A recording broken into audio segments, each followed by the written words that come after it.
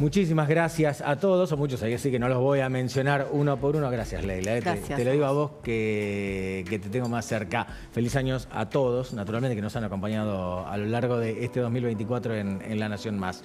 Seguimos nosotros. Les traigo una historia fantástica. La Nación hizo un documental sensacional, en este caso sobre la ballena franca. Quiero mostrarles un poquitito y enseguida hablamos con un especialista. ¿Con quién me voy a encontrar hoy? ¿A quién me voy a encontrar hoy?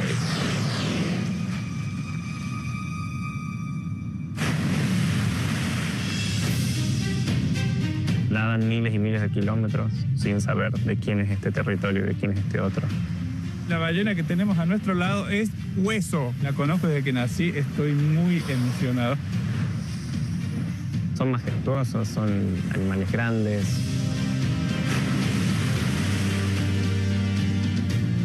La placidez que hoy se asocia a la contemplación de ballenas contrasta con la violencia con que esta misma especie fue perseguida durante siglos. Los balleneros la cazaron hasta casi extinguirla y para el 1900, en las costas de la Patagonia quedaban apenas un par de centenares de ballenas francas australes. Sin embargo, la especie logró resucitar. Acompáñenos en un viaje a la península Valdés, donde navegaremos las aguas del Golfo Nuevo para conocer la historia de supervivencia de este animal majestuoso, el rey de nuestros océanos. Viven en un hábitat que para nosotros es desconocido y para ellas es su hogar.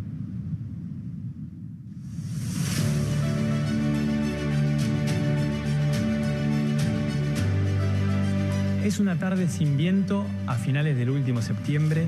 El Golfo Nuevo, una entrada de mar protegida por altos acantilados que las ballenas utilizan para aparearse, reproducirse y entrenar a sus crías, está repleto de estos curiosos animales. Duplas de ballena y crías levantan la cola, saltan para caer con estruendo y anuncian su presencia con los chorros de agua que se forman cuando expulsan aire por sus espiráculos. Así como nosotros como personas tenemos personalidades. ¿Por qué digo personalidades si no son personas? Entonces, bueno, inventé ese término. Tienen distintas ballenidades.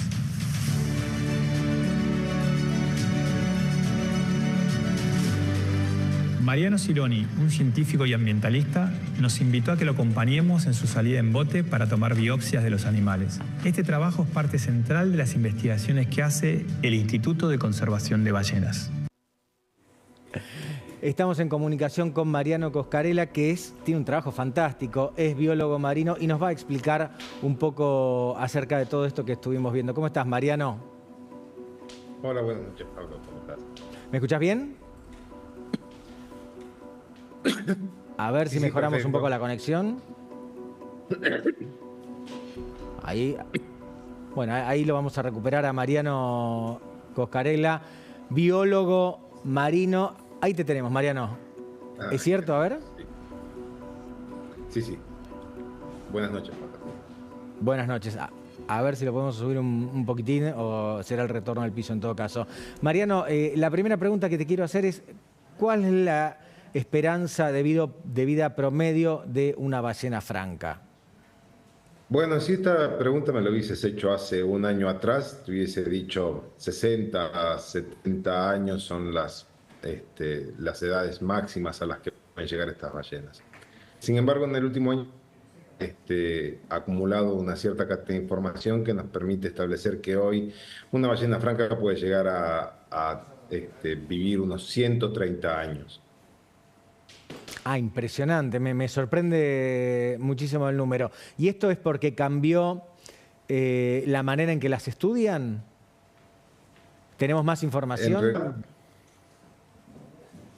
Pensar que estas ballenas se comenzaron a estudiar hace unos 50 años aproximadamente y recién ahora vamos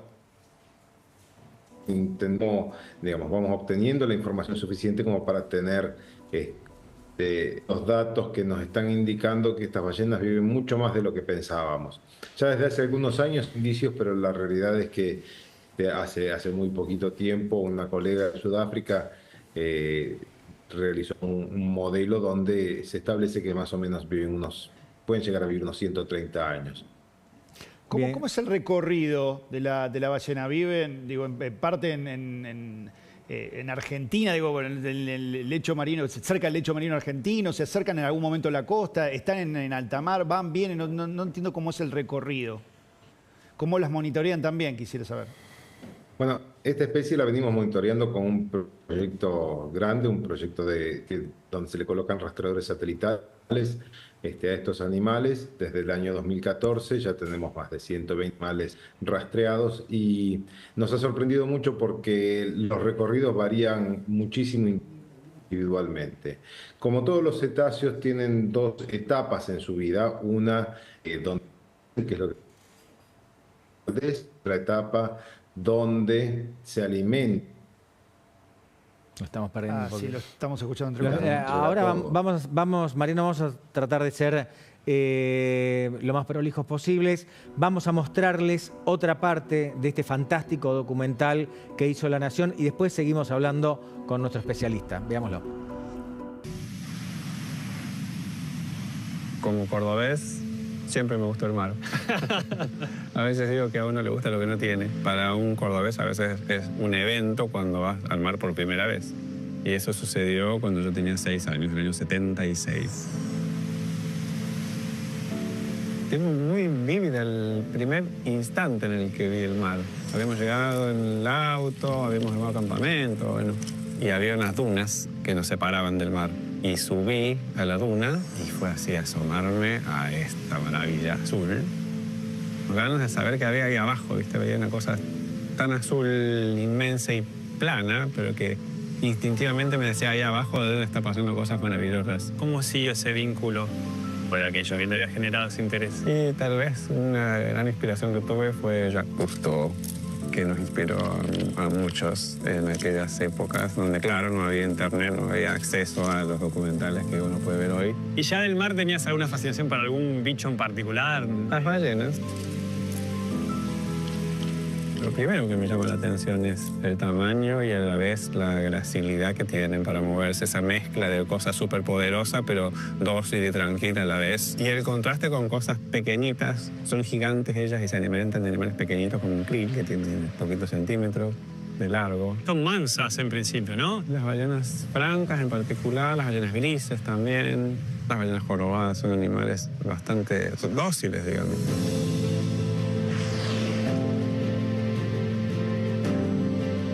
Es inevitable que la imagen de la ballesta remita a la cacería feroz que casi termina con la especie.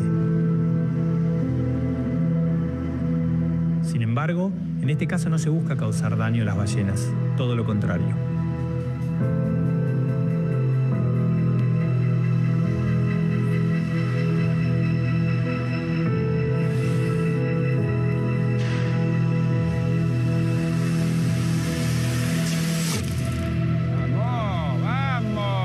Recuperamos la flecha.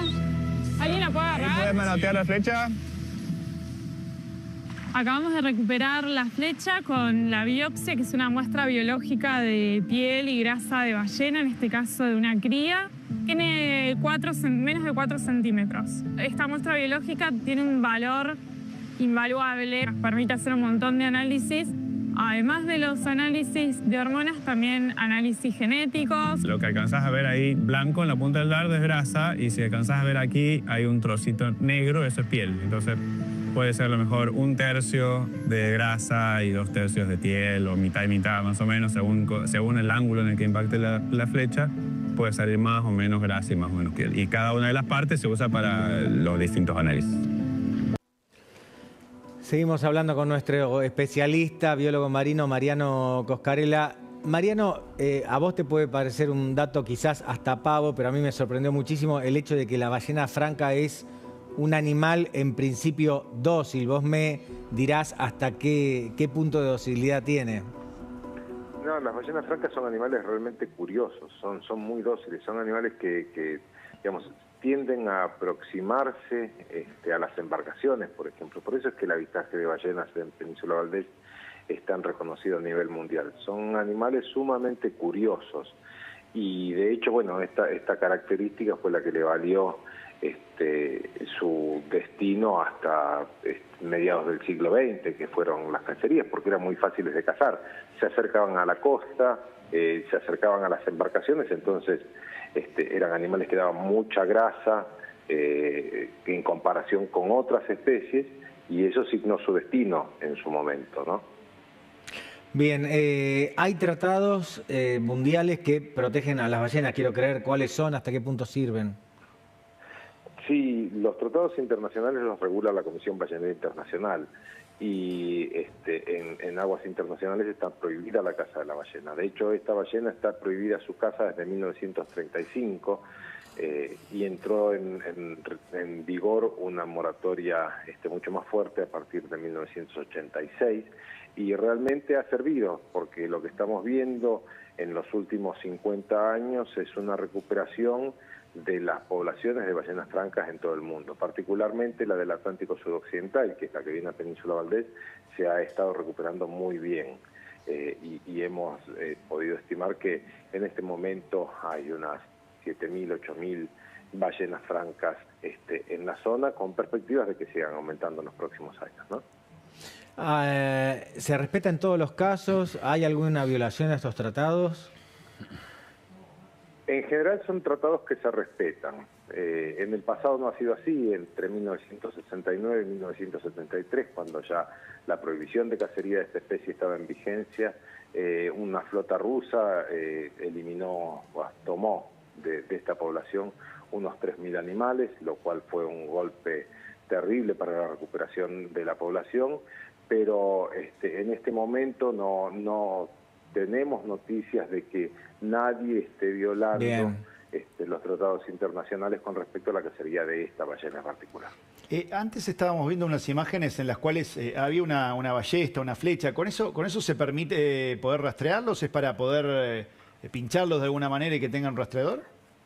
No. Eso que estábamos viendo es para tomar una muestra de piel y de grasa de los animales, que permite realizar varios análisis, entre ellos análisis genéticos, para ver varias cosas, cómo está estructurada la población, con qué otras poblaciones se relacionan, y ese tipo de información. También esa muestra permite tomar, por ejemplo, hormonas o isótopos estables para saber cuáles han sido las áreas de alimentación y qué es lo que están comiendo. Toda esa pequeña muestra se puede inferir a partir de análisis químicos, ¿no? Y con respecto a los rastreadores satelitales, se puede utilizar una ballesta o algún otro tipo de instrumento para colocar los rastreadores, pero esos instrumentos quedan insertos en el cuerpo de la ballena y permanecen allí durante varios meses, transmitiendo señales a los satélites que recogen la información y luego la reenvían casi en tiempo real a los investigadores, y nosotros allí lo que hacemos es desarrollar modelos para ver cómo se mueven, dónde se mueven, qué están haciendo los ballenas cuando están cerca de la costa en su época de reproducción, ¿no? Mariano, ¿y ha habido grandes variaciones en la población de ballenas? ¿Está en riesgo su alimento también? Digo, ¿cuánto están afectados, por último, por el cambio climático? Bueno, eso es muy difícil de responder. Está habiendo bastante investigación al respecto. Se han detectado algunas anomalías, por ejemplo, en los ciclos de reproducción, cuando hay alguna falla en la producción de krill, por ejemplo, en la zona antártica. Entonces las ballenas tienden a perder las crías porque evidentemente no han conseguido el alimento que necesitaban, pero todo eso se está investigando. Lamentablemente, digamos, como estos animales son tan longevos, es muy difícil en tiempo real poder ver cuáles son los impactos, y necesitamos varios años como para poder evaluar qué es lo que está sucediendo a nivel de la población. Esto también pasa, por ejemplo, con algunas mortalidades inusuales que hemos registrado, por ejemplo, en el año 2022, si la memoria no me falla, donde tuvimos varios individuos adultos muertos, más de 30 en la zona de Península Valdés, producto de, por ejemplo, la floración de algas que producen toxinas y que cuando los animales se alimentan se intoxican. La remoción, por decirlo de alguna forma, o la muerte de estos animales, no sabemos qué consecuencias va a tener para la población, sino hasta dentro de algunos años que podamos ver los efectos de que estos animales se hayan muerto, ¿no? Mariano, te invito a ver la última parte de este trabajo fantástico que hizo La Nación, un documental sobre la ballena franca. La vemos y te hago dos preguntas más. Notoria. Ahora, y la recuperación de la especie no conlleva un riesgo de que, bueno, de que las presiones de las naciones que cazan consigan un argumento, bueno, la especie ya está recuperada, explotémosla comercialmente de vuelta. And the first shot has to be the last. After the kill, the whale is blown up with compressed air and the mothership takes over. Back to the factory on shore, and another notch on the chair as one more whale takes its place in an all-important industry. Ese riesgo está porque justamente el argumento para declarar su protección internacional fueron los bajos números a los que llegaron las poblaciones por la cacería. De nuevo, eso ya tendrá que ver con cuestiones éticas de qué hacemos con especies tan especiales como esta. We recognize that other countries have a legitimate commercial interest in whaling. And if in the future it could be shown beyond reasonable doubt that some exploitation of stocks might safely be resumed and that satisfactory methods of killing where available, the lifting of the ban might be considered. If the Commission is once again unwilling to agree to a ban on all commercial whaling, we consider that it should at least adopt measures to protect those species and areas which are subject to the greatest risks. En la época en la que se declaró la protección internacional de cacería de esta especie en particular de ballena franca, no existían las amenazas que existen hoy en el ambiente en el que viven. Las amenazas generadas por la industria pesquera, que existe aunque no sea intencional, por el tráfico de embarcaciones y las colisiones con buques, por el cambio climático, la reducción en la productividad de krill, la competencia de las ballenas con la pesquería de krill, la contaminación química, acústica. Ese es el argumento que se puede usar hoy para mantener esa prohibición a la cacería. Hay millones de especies aquí rodeándonos por todas partes. Cada una es en sí misma una maravilla de la naturaleza.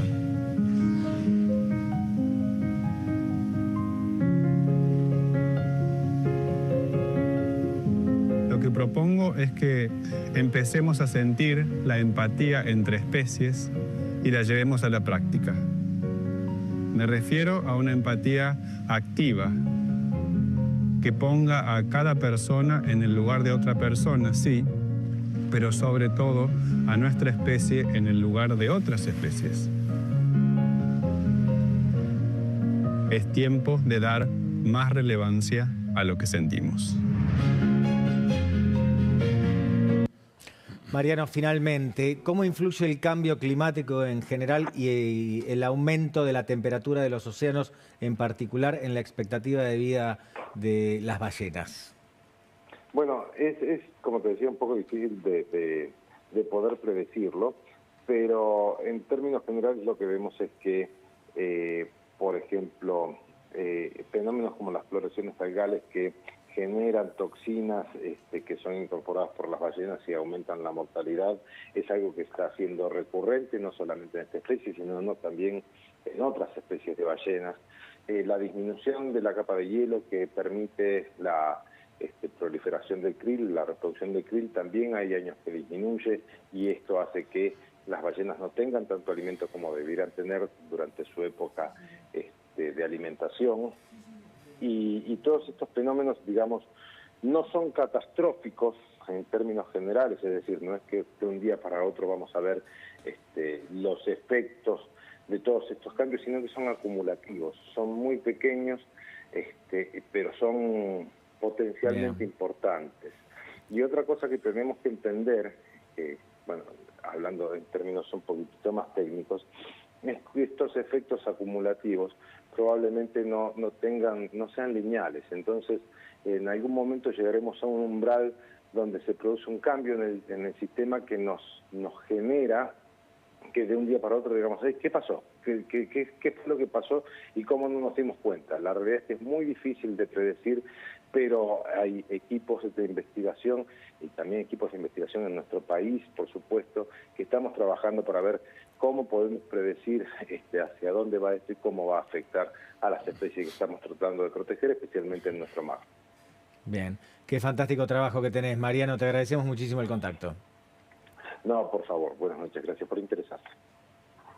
Nosotros dejamos por un ratito a la ballena austral. Ahora les cuento que en segunditos nada más vamos a hablar de algunas polémicas que tienen que ver con el mundo del deporte, sí, porque hay bastante polémica allí, y también de esto que podría ser llamado, capaz lo estoy bautizando ahora, burnout de fin de año o estrés de fin de año. A mí particularmente no me pasa, pero entiendo que hay muchísima gente que le pasa. Maxi Sardi, ¿te pasa? Sí.